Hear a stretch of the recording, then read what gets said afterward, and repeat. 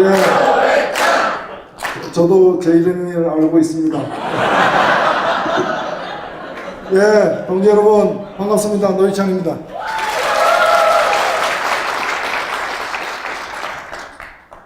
황금 같은 시간이 흘러가고 있습니다. 엊그제만 하더라도 탄핵이 선고된 날 60일 남았습니다. 이틀 지나가 버렸습니다. 내주 중에 대통령 선거일이 발표가 됩니다. 아직 발표되지는 않았지만은 최장으로 계산하더라도 57일밖에 안 남았습니다. 이렇게 하루하루가 흘러갑니다. 우리가 이 시간 제일 먼저 염두에 둬야 될 것은 뭐냐면은 이번 제19대 대통령 선거가 정의당의 중장기적 운명을 결정할 것입니다.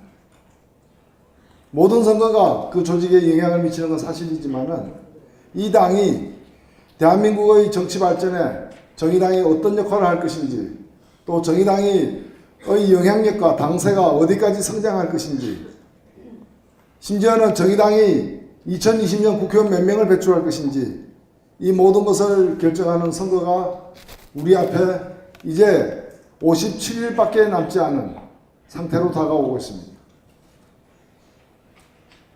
이 선거에서 승리하기 위해서 이 선거가 어떤 바탕에서 치러지고 또 이 선거를 통해서 우리의 가능성이 어디까지 뻗게 만들 것인지에 대해서 깊이 생각하기 위해서 우리는 오늘 이 자리에 모였습니다.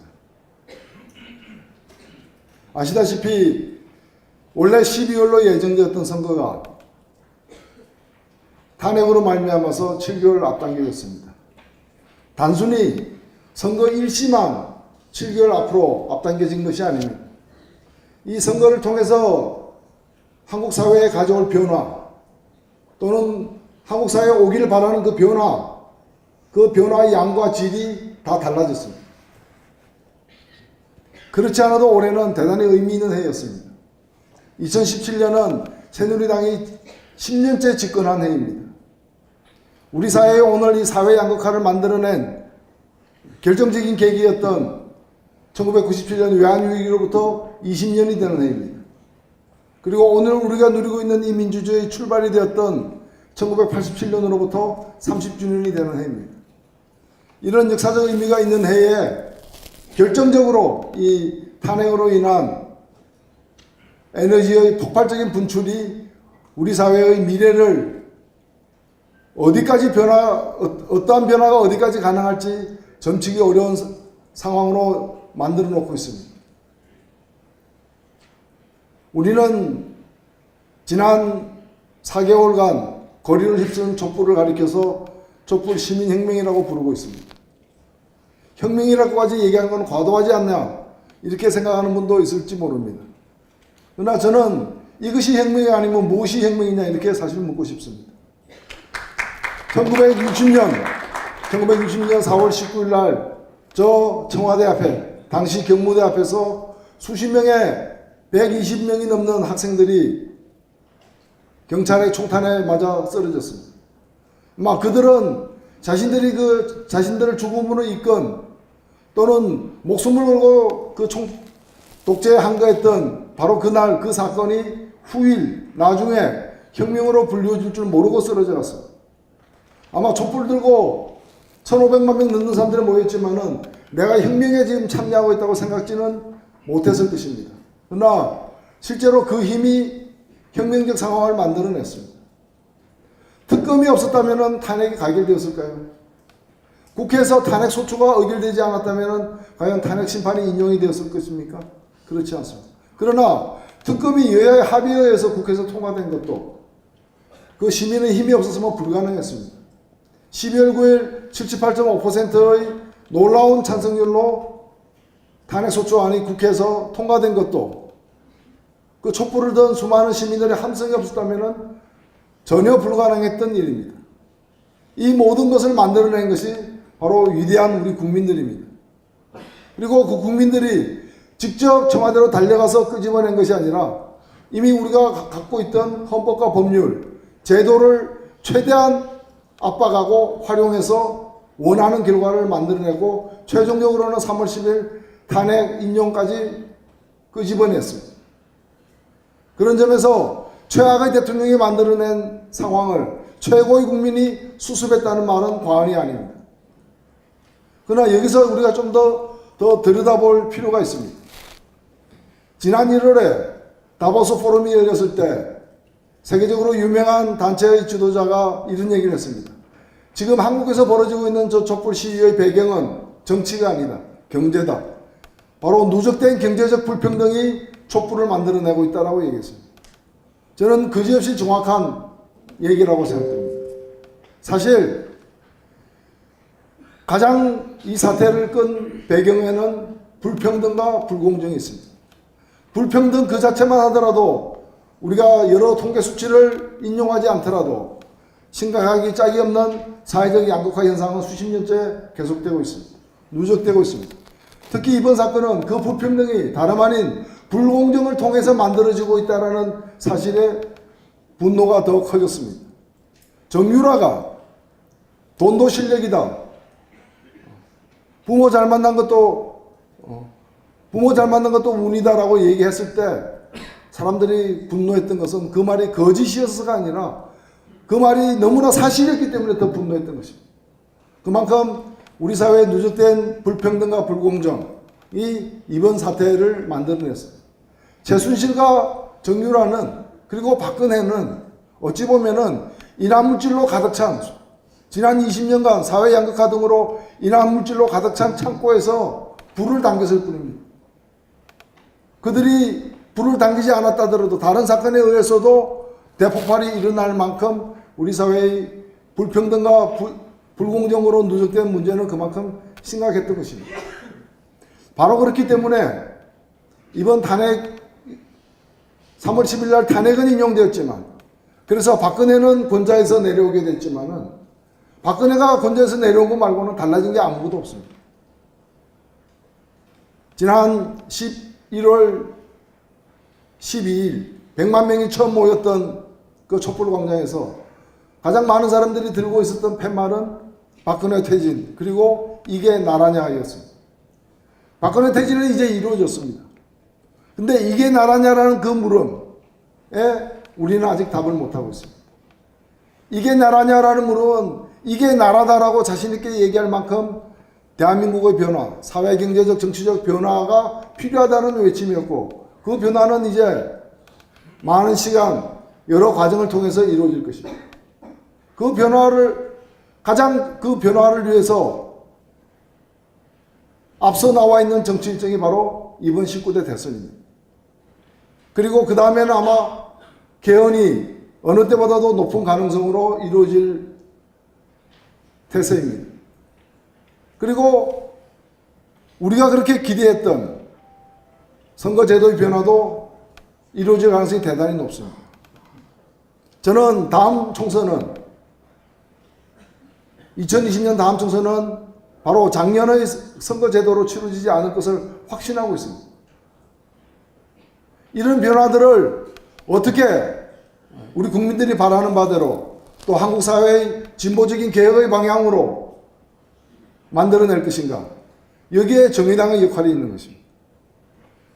정의당의 이 역할은 6명밖에 없는 국회의원 6명밖에 없는 정의당 그리고 지난 선거에서 7.3%를 얻고 아직 그 당 지지율을 이제 겨우 근접해 가고 있는 그런 정의당에 대한 상상력만으로 우리에게 닥치고 있는 일들을 바라볼 필요는 없습니다. 조직은 투쟁을 통해서 커나갑니다. 모든 조직이 그렇습니다. 정당이란 조직 앞에 놓여진 가장 큰 투쟁은 뭐냐? 바로 대통령 선거입니다. 대통령 선거만큼 그 당이 갖고 있는 포부, 생각, 가치관, 철학 그리고 한국 사회의 변화에 대한 마스터 플랜을 확실하게 내보일 수 있는 기회를 가진 투쟁은 달리 없습니다. 바로 그렇기 때문에 저는 처음 이 연설에서 말씀드린 바와 같이 이번 대통령 선거에 정의당의 운명이 달려 있습니다. 정의당이 우리 국민들을 위해서 우리가 대변하고자 하는 그 수많은 사람들을 위해서 그리고 또 우리가 그동안 수없이 약속해왔던 그런 대한민국을 변화시킬 여러 과제들에 대해서 어느 만큼 해낼 것인가, 이번 대통령 선거를 통해서 우리가 어느 정도 커나갈 것인가에 따라 달려있다고 생각합니다. 그런 점에서 정말 중요한 선거를 앞두고 있다. 어느 선거보다도 후보는 적은 선거입니다. 단 한 명의 후보를 가지고 싸우는 선거입니다. 각 지역에서 자신들이 그 동네를 책임지는 후보 없습니다. 그냥 전국으로 한 명입니다, 우리에게는.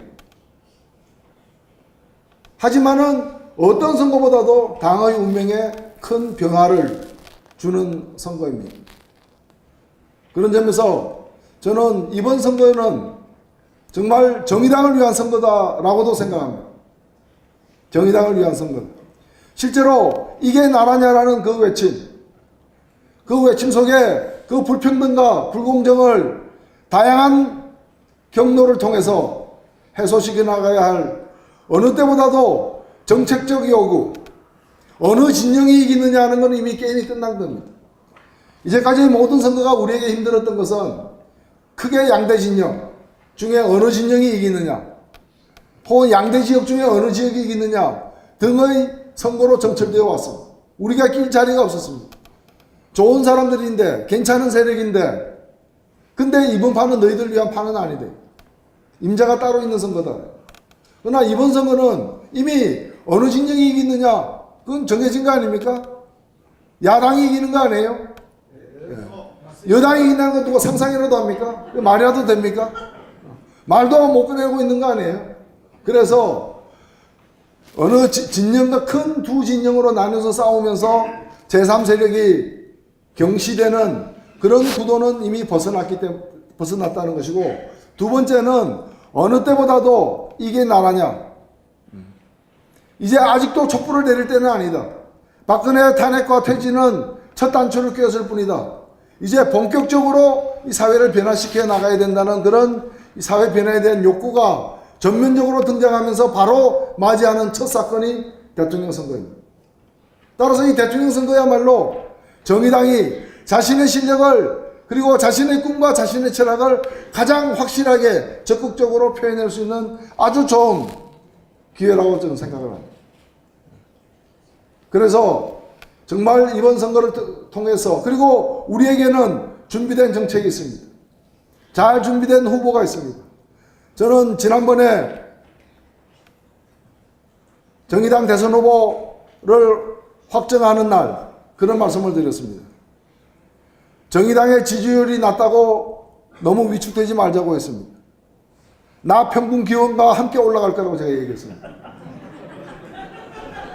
그렇지 않습니까, 여러분?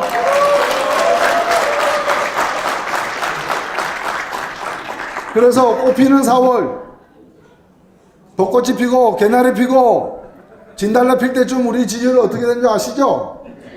무조건 두 자리 숫자죠?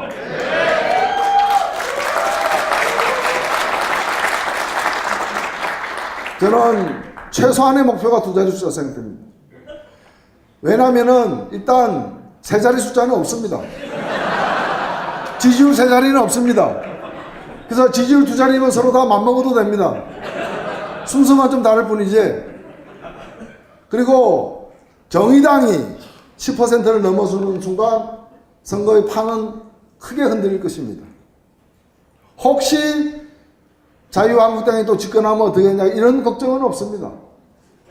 없기 때문에 우리가 가장 고대하던 그런 게임, 민주당과 정의당이 자웅을 겨루는 1, 2위를 다투는, 그게 선진 대한민국 아닙니까?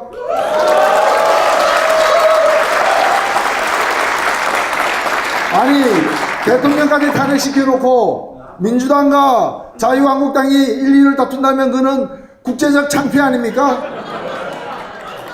민망하기 짝이 없는 노릇 아니에요? 예. 그래서 저는 이번 대통령 선거가 정의당을 부강케 만들리라. 정의당을 자유롭게 만들 것이고 정의당을 위대하게 만들 것입니다. 여러분들이 남의 선거가 아닙니다. 이거는 우리의 선거입니다.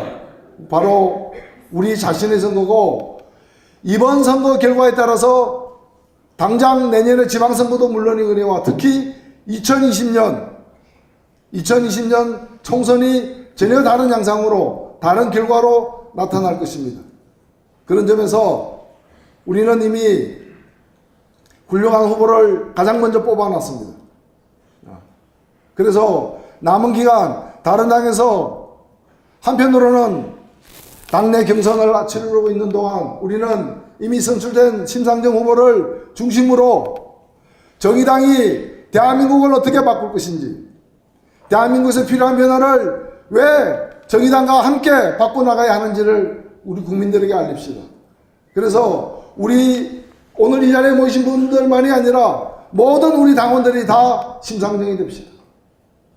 내가 심상정이다.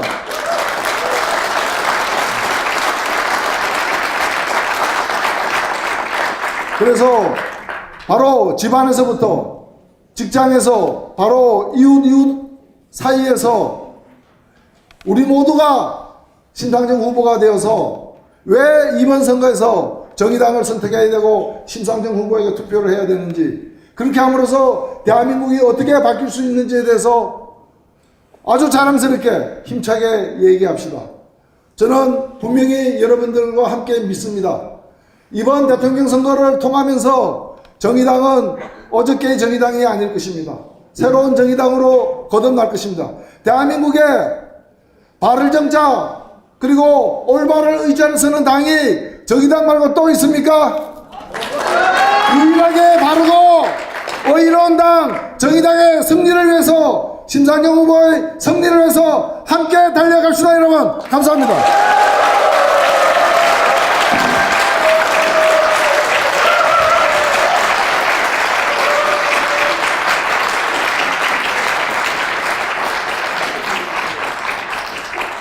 노회찬 상임선대위원장님께